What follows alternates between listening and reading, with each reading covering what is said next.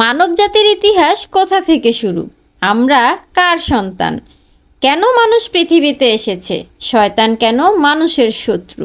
আর ভুল করার পর একজন বান্দার করণীয় কি? এই সকল প্রশ্নের উত্তর লুকিয়ে আছে মানবজাতির প্রথম পিতা নবী আদম আলাইহি ওয়াসাল্লাম এবং প্রথম মা হাওয়া আলাইহি ওয়াসাল্লামের জীবনে। চলুন আমরা ফিরে যাই সেই সময়ে যখন পৃথিবীতে কোনো মানুষ ছিল না, আর আল্লাহ তাআলা তার ফেরেশতাদের সামনে এক মহান ঘোষণা দিলেন। ঘোষণাটি হলো পৃথিবীতে খলিফা সৃষ্টির ঘোষণা। আল্লাহ তাআলা ফেরেশতাদের বলেন, আমি পৃথিবীতে একজন খলিফা সৃষ্টি করতে যাচ্ছি। ফেরেশতারা আল্লাহর আদেশ অমান্য করেন না, তারা পবিত্র, তারা আল্লাহর ইবাদতে সদা নিয়োজিত।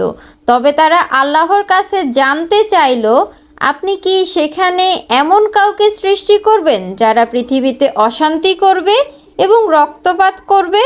অথচ আমরা আপনার প্রশংসা করি এবং আপনার পবিত্রতা ঘোষণা করি।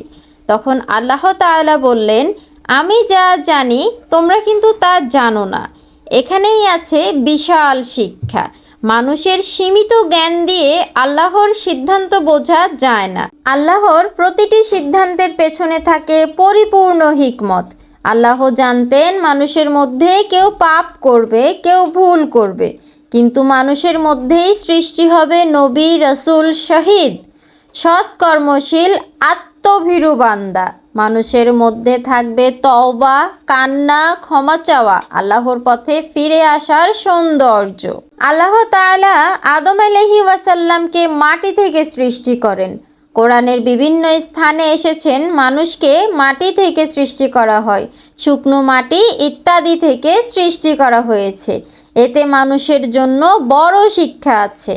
মানুষ যত ধনী হোক, যত সুন্দর হোক, যত ক্ষমতাবান হোক, তার মূল সৃষ্টি মাটি থেকে। তাই অহংকার মানুষের সাজে না, কারণ যার শুরু মাটি থেকে তার শেষও কিন্তু এই মাটির বুকেই। আল্লাহ তাআলা আদম আলাইহি ওয়াসাল্লামকে সৃষ্টি করলেন, তাকে সুন্দর আকৃতি দিলেন, তারপর তার মধ্যে রূহ ফুঁক দিলেন।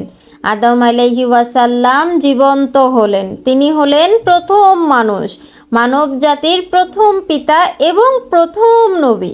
আল্লাহ তাআলা তাকে শুধু দেহ দিলেন না, তাকে দিলেন জ্ঞান, বোধ শক্তি, বোঝার ক্ষমতা, সিদ্ধান্ত নেয়ার ক্ষমতা।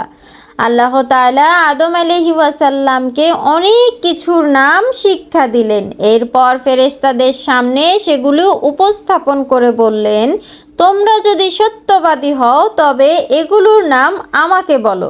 ফেরেশতারা বলল, হে আল্লাহ, আপনি পবিত্র, আপনি আমাদের যা শিখিয়েছেন তার বাইরে আমাদের কোনো জ্ঞান নেই। নিশ্চয়ই আপনি সর্বজ্ঞ, প্রজ্ঞাময়। এরপর আল্লাহ তাআলা আদম আলাইহি ওয়াসাল্লামকে বললেন, হে আদম, তুমি তাদেরকে এগুলোর নাম বলে দাও। আদম আলাইহি ওয়াসাল্লাম আল্লাহর শেখানো জ্ঞান অনুযায়ী সেগুলির নাম বলে দিলেন। এইখানে আল্লাহ তাআলা ফেরেশতাদের সামনে আদম আলাইহি ওয়াসাল্লামের মর্যাদা প্রকাশ করলেন। মানুষের শ্রেষ্ঠত্ব শুধু শক্তিতে নয়, সৌন্দর্যে নয়। মানুষের মর্যাদা জ্ঞান, বোধ, আল্লাহর আনুগত্য এবং দায়িত্ববোধ। জ্ঞান মানুষকে সম্মানিত করে, তবে সেই জ্ঞান যদি আল্লাহর আনুগত্যের পথে ব্যবহৃত হয় তখনই তা সত্যিকারের কল্যাণকর। আদম আলাইহি ওয়াসাল্লাম এবং হাওয়া আলাইহি ওয়াসাল্লাম এর জীবনী সম্পর্কে যদি আরও কিছু জানতে চান তাহলে চোখ রাখুন ইসলামিক টাইমলাইনে।